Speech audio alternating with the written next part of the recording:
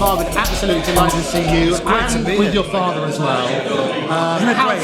It's great to be at such a historic occasion with something nice to celebrate, isn't it? Where we're all here and having a chat. We were just discussing, it's so rare to get all the different generations of members from the Magic Circle. We have over 1,500 members around the world. To have an event where we're celebrating something is brilliant, isn't it? Absolutely, and especially here when you think this is where it all started. So it's very poignant for us all to be here, literally just having a good social thing, talking a little bit about magic and on a happy occasion. And we were saying this is the actual room where they met those 111 years ago. It feels like that. There's an aura in this room. I can feel it. It's quite magical. Yeah, it's brilliant. And Dynamo's here. What are your views on Dynamo? Well, he's been phenomenal for magic, not just in Britain but worldwide. And I've always said that magic is as diverse as music, and in the same way you've got hip hop, jazz, classical, funk, whatever, you have different types of magic genres. And if you take the various magicians that there are, and you ask most people a few years ago to name a magician, most people would name 5-10 magicians maximum. Now they can name hopefully a few more. But if you look at those magicians, you know, they all have their own way, and in the same way that, you know, without being disrespectful to any magician past or present, but if you say, let's say, Copperfield, you know, is sort of the, I don't know, I've got to be careful about that, but Barry Manilow type of Vegas type of thing. Or if you said Siegfried and Roy, sort of Liberace, then you go on to, you know, Paul Daniels was some, you know, the Des O'Connor type of thing. Then you go to Penn and Teller, Meatloaf, but David Blaine, Snoop Dogg, and then you Dynamo, Tiny Temple, whatever. He's right with the kids at the moment. His unbelievable amount of people have watched him on his TV series, and to fill out the O2 and do 111 plus dates, unbelievable respect. Just to get some of these things together, there's the utmost respect from me, and I hope everybody in Magic, because it's been wonderful. And it's generous that he's given some time here after such a busy schedule to help us, because he's the magician of the moment. Oh, absolutely. And the capacity crowds we had outside Morden Lea to celebrate that was phenomenal. Yeah, it's great. It's wonderful. But as you say, Magic is very much like music on that sort of base, where you have many different styles which accommodate. Tell me what it was like growing up with your father as a huge international superstar. You know, it was great on the one hand and difficult on the other. You know, I didn't know any different, remember?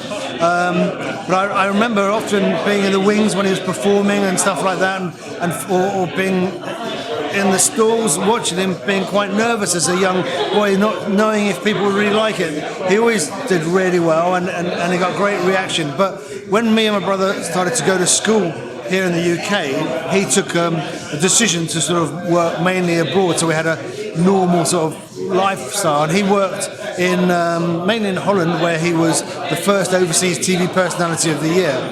And when we went to see some of his TV series being filmed out there, and seeing the reaction and the buzz that people had around him, it was quite strange for us as a family, you know, to see that. And that was one of the first times to really notice it. But what I notice now is that the love and reaction of because Magic is very much about the history, and he's one of the few people, for example, besides being a past president of the Magic Circle, you know, he's one of the few magicians to have a move named after him, as well as I say. You know, there's not many that you can say that. And what is the move?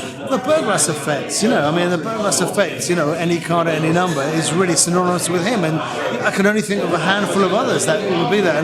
And he's been so influential, and it's really nice that the likes of Dynamo, even in the papers a couple of weeks ago, named his top 3 magicians or 5 magicians, and it was and David was right up there, and he said it was his favourite magician of all time, and he actually mentions him in every single one of the 111 shows he did. He does, and he's very proud and really excited that David is coming along today. That's great. That's great. As you say, Magic has evolved in a tremendous way. Yeah. A lot of people nowadays would credit you and Marvin's Magic for starting them. Well, that's very nice, and I can't believe that next year's going to be our 30th year of doing that. I must have started when I was about 4 or 5. I don't know. No, seriously, it was incredible. We started at Hamleys or Regent Street with a little counter. Had this concept of magic needs to be shown off properly and designed and packaged well, and it just developed as we got into more and more outlets and more countries, and we're in 64 countries now. We have a huge following, and I like to think that, you know, when you look at some of the top pros in the magic community, they've come up through our ranks, and had some training of doing what they were doing in store to take them to the next But that's the great way of doing it, and they say that's the best way of learning magic, is performing in front of an audience. And many of your famous demonstrators have gone on to be great magicians themselves, haven't they? Absolutely, it's well documented, the likes of Mark Paul and Anthony Owen and Nick Einhorn and Andy Nyman, even Guy Hollingsworth did a stint. Yeah, but anybody we've heard of.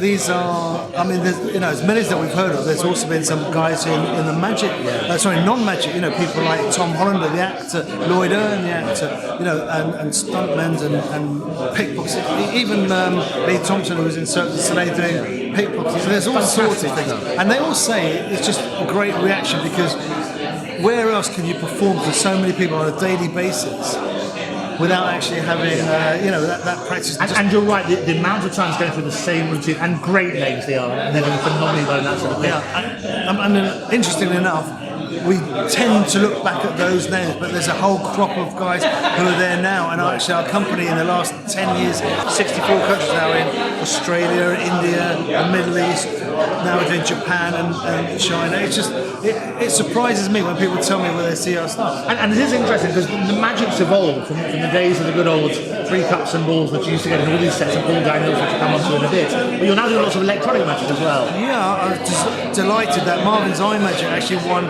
the Electronic Toy of the Year last year. We got 5 major awards, and obviously thrilled about that. Obviously from the Magic Circle, the masculine was something I'm very proud of. From the IBM, the outstanding contribution, which was of course David Berglas trophy, and for him to give that to me was great. But from the toy and hobby industry, which is some of the big boys, Mattel, Hasbro, Lego, to get their outstanding contribution, and then for Marvin's Eye Magic to get the top award for electronic toy, it was great. And that's obviously because kids these days are on their phones, and to incorporate some of the sort of props with stuff that they're doing that they can carry around anytime, anywhere, I think that's what has lit some people's fire and why it's been so well received. Well, I'm always proud to see these massive fairs around the world. We always bump into each other, and the respect that you have within the industry is phenomenal. Oh, thank you very much indeed. Well, I'm really proud to be a big part of the Magic Circle. I know our sets are recommended by them. We try to promote the name out there as well, but it's a phenomenal fraternity we've got, and a very historical fraternity. And I've been a proud member for over 25 years, and I'm delighted to be here on such an auspicious day. And so well done to you for helping get this right. Thank you. Really good. And one final thing, we spoke about, your father was a phenomenal president. One president we've never had was Paul Daniels, who you mentioned. What are your views of him? Well, Paul was obviously sadly missed. I was at the funeral with Dad and Mum last week, and our hearts go out to Debbie. Paul was so instrumental for British magic. We obviously grew up with him. There's only one magician at the time for 20 odd years that was in our homes every Saturday night. So audiences of sometimes 20 plus million. And if I'm not mistaken, he won the Golden Rose at the Montreux Festival. He won that, which is fantastic for magic. And he's respected, of course, by magicians around the world for his unique presentations, which thankfully he's I saw him at the World Magic Congress at FISM, at the Essential Magic Congress, where he worked with Lewis DeMatteis and put so much stuff on tape. And he's obviously such a big influence on everybody here. So he never made it to President of the Magic Circle. Those are your aspirations? It's not my choice. It's the choice of the members. And maybe one day it'll be wonderful to follow in the footsteps. I know I've got a lot of things I'd love to do for magic, but I am on the council and I work hard for the circle all the time. You certainly do. A real pleasure, Marvin. Thank you very much for coming on. Angela's at home right now, babysitting my daughter.